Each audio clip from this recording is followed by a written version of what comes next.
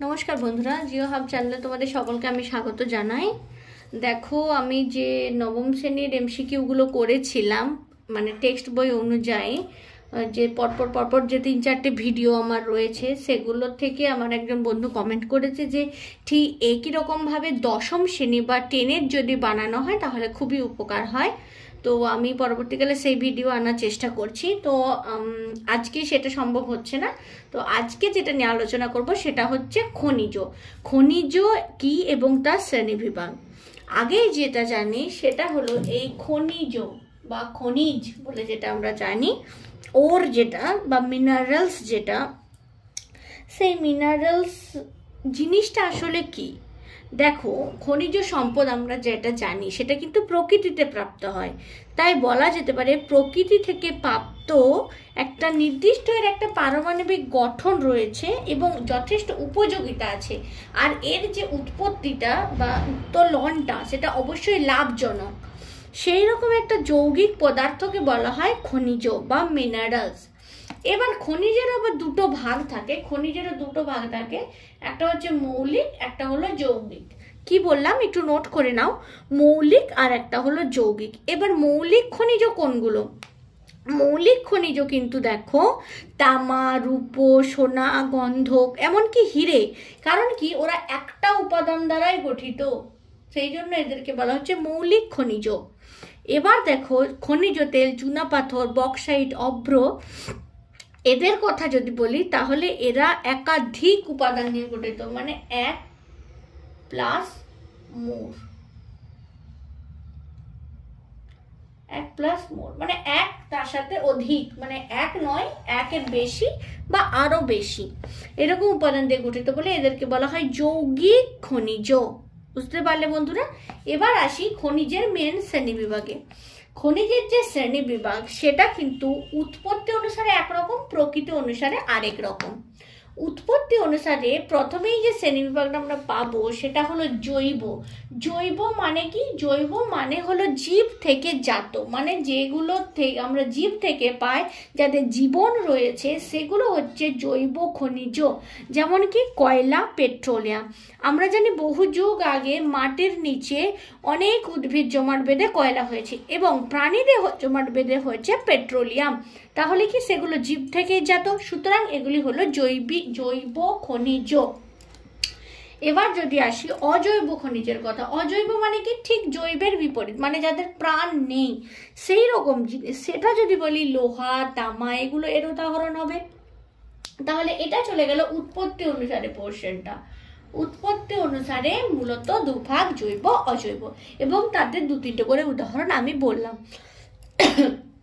Sorry, এবার দেখো প্রকৃতি অনুসারে কথা বলছি। প্রকৃতি অনুসারে মূলত খনিজ 3টি ভাগে রয়েছে, ধাতব, অধাতব এবং জ্বালানি খনিজ।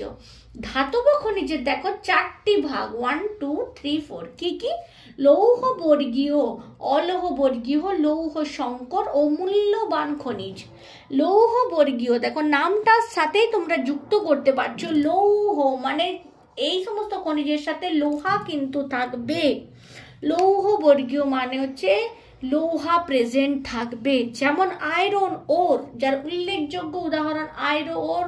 সেটা ভারতের সব থেকে গুরুত্বপূর্ণ খনিজ যেটা, সেটা হলো আয়রন ওর বা আকরিক লোহা, এটি লৌহ বর্গীয়। এবার দেখো অলৌহ বর্গীয়, লৌহর সাথে অ মানে হচ্ছে নেই। তার মানে যে সমস্ত খনিজগুলির মধ্যে লোহার উপস্থিতি পরিলক্ষিত হয় না সেগুলি হচ্ছে অলৌহ বর্গীয় খনিজ, যেমন তামা এবং সীসা। আর অনেক কিছু আছে, আমি 2টো উদাহরণ দিলাম। এবার 3 নম্বরে যার কথায় আসবো সেটা হচ্ছে লৌহ সংকর। সংকর মানে হলো লোহার সাথে আরো কিছু মিক্সড আপ রয়েছে, মানে লোহার সাথে আরো কোনো উপাদান সংযোগ করে এটা তৈরি হয়েছে।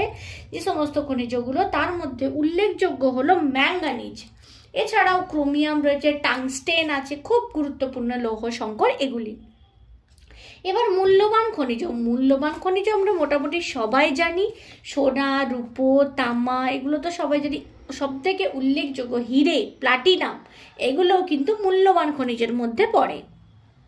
এবার দেখো অধাতব যে খনিজগুলি রয়েছে তার মধ্যে প্রথমেই আছে রাসায়নিক, যার রাসায়নিক গঠন বা কোনো বস্তুর সাথে মিশে যাওয়ার ক্ষমতা অনেক বেশি, রাসায়নিক পাওয়ার যেটা থাকে, যেমন যদি বলি সেটা হলো গন্ধক, ফসফেট, এগুলি রাসায়নিক অধাতব খনিজ। এবার দেখো স্থাপত্য। স্থাপত্য মানে বলতে আমরা কি বুঝি? ঘর বাড়ি প্রতিপত্তি, সেটা হচ্ছে স্থাপত্য, মানে ঘর বাড়ি নির্মাণ, সুন্দর কোনো স্মৃতিসৌধ নির্মাণ। এই সমস্ত ক্ষেত্রে যে সমস্ত খনিজগুলি ব্যবহার হয় সেগুলি কিন্তু স্থাপত্য খনিজ, অধাতব খনিজেরই একটি গুরুত্বপূর্ণ ভাগ। যেমন দেখো মার্বেল, গ্রানাইট, আজকাল প্রত্যেকটা বাড়িতে আমরা মার্বেল বসাচ্ছি, কিচেনের স্ল্যাবে আমরা গ্রানাইট বসাচ্ছি, সেগুলি কিন্তু কি অধাতব খনিজের, স্থাপত্য খনিজের ভাগের মধ্যে পড়ছে। এবার অন্যান্য অধাতব খনিজ যেগুলো আছে সেটা হলো গ্রাফাইট। অন্যান্য খনিজ যে অধাতব খনিজগুলো রয়েছে তার মধ্যে অভ্র এবং গ্রাফাইট খুব গুরুত্বপূর্ণ। অভ্র অর্থাৎ মাইকা, যেগুলি আমরা ছোট ছোট চুমকির মতো ব্যবহার করি না, যেটা কোনো বার্থডে পার্টিতে ইউজ হয় বা কোনো অনুষ্ঠান বাড়িতে ইউজ হয়, সেই রকম সেইগুলো হচ্ছে অধাতব খনিজ, যেগুলো অন্যান্য অধাতব খনিজ ভাগের মধ্যে পড়ছে। এবার সবশেষে যে ভাগটা রয়েছে সেটা হলো জ্বালানি খনিজের। এরও দেখো বন্ধুরা, এরও কিন্তু 4টে ভাগ রয়েছে: কঠিন, তরল, গ্যাসীয়, পারমাণবিক। কঠিন মানেই আমরা বুঝতে পারছি যেটা শক্ত অংশ থাকবে, সেটা হচ্ছে কঠিন। যেমন গুরুত্বপূর্ণ হচ্ছে কয়লা, যেটা আমাদের পশ্চিমবঙ্গের রানীগঞ্জে প্রচুর পাওয়া যায়। কয়লা কঠিন জ্বালানি খনিজ। জ্বালানি মানে কি? যেগুলো আমরা গৃহস্থলীর কাজে ব্যবহার করতে পারি বা কোনো কিছু জ্বালাতে সাহায্য করে যে খনিজগুলি, যেমন হচ্ছে কয়লা। কঠিন জ্বালানি খনিজ হলো কয়লা। এবার দেখো তরল খনিজ। তরল মানে যেটা লিকুইড ফর্মে থাকবে সেটা হলো পেট্রোলিয়াম। আমরা জানি পেট্রোলিয়ামকে ইউজ করে সমস্ত ইঞ্জিন চলে, যানবাহনের ইঞ্জিনগুলো ম্যাক্সিমাম পেট্রোল, ডিজেল এগুলো দিয়েই চলে। এগুলো হলো তরল জ্বালানি খনিজ। আশা করছি তোমরা বুঝতে পারছো কি বলতে চাইছি। এরপর দেখো গ্যাসীয়, যেটা গ্যাস ফর্মে থাকবে, যেটা ন্যাচারাল গ্যাস বা প্রাকৃতিক গ্যাস। ধরো আমরা এলপিজি, লিকুইফাইড পেট্রোলিয়াম গ্যাস ব্যবহার করি, সেটা আলাদা বিষয়, সেটা আমরা বানিয়ে মানে বিভিন্ন মিক্সড আপে করি। এছাড়াও কিন্তু প্রাকৃতিক গ্যাস রয়েছে, সেই প্রাকৃতিক গ্যাসকে কাজে লাগিয়ে অনেক জায়গায় বিদ্যুৎ উৎপাদন করা হয়। গ্যাসীয়, এটা কিন্তু গ্যাসীয় ভাগের মধ্যে পড়ছে। কঠিন, তরল, গ্যাসীয় অর্থাৎ সলিড, লিকুইড আর গ্যাস ফর্ম ছাড়াও আরও একটি ফর্ম রয়েছে, সেটি হলো পারমাণবিক। দেখো এখানে লিখেছি পারমাণবিক। পারমাণবিকটা হচ্ছে থোরিয়াম। এছাড়াও রয়েছে ইউরেনিয়াম, যেগুলোর প্রচুর পরিমাণে পারমাণবিক শক্তি রয়েছে। এগুলো আমরা ভালো কাজে ব্যবহার করতে পারি, খারাপ কাজেও ব্যবহার করতে পারি। অনেক সময় পারমাণবিক বোমা বিস্ফোরণে যেমন অনেক কাজ ব্যবহার করা হয়, সেই রকম পারমাণবিক বিদ্যুৎকে কাজে লাগিয়ে অনেক জায়গায় অনেক কাজ হয়ে থাকে। কোনো ইঞ্জিন চালানো যায়, আরও বিভিন্ন রকম কাজ করা যায়। সুতরাং বন্ধুরা, একটা ফ্রেমে আমি তোমাদেরকে খনিজের যে বেসিক, সহজ, সুন্দর শ্রেণীবিভাগ সেটা বর্ণনা করার চেষ্টা করলাম। আশা করি তোমাদের ভিডিওটা ভালো লাগবে। তোমরা ভালো লাগলে অবশ্যই লাইক শেয়ার করে দিও, এটা আমার বারবার অনুরোধ রইল তোমাদের কাছে। চ্যানেলে কেউ নতুন হলে চ্যানেলটাকে সাবস্ক্রাইব করতে ভুলো না। আরও ছোট ছোট এরকম সুন্দর ভিডিও আমি বানানোর চেষ্টা করব। আমি বেশি লেন্দি ভিডিও এই কারণেই বানাই না, ধৈর্যের সহ দেখতে অনেকটা অসুবিধা হয় বা অনেক সময় টাইম থাকে না আমাদের দেখার, তো এক ঝলকে এটার একটা স্ক্রিনশট তোমরা কিন্তু নিয়ে নাও। তো আজ এ পর্যন্ত বন্ধুরা, ভালো থেকো।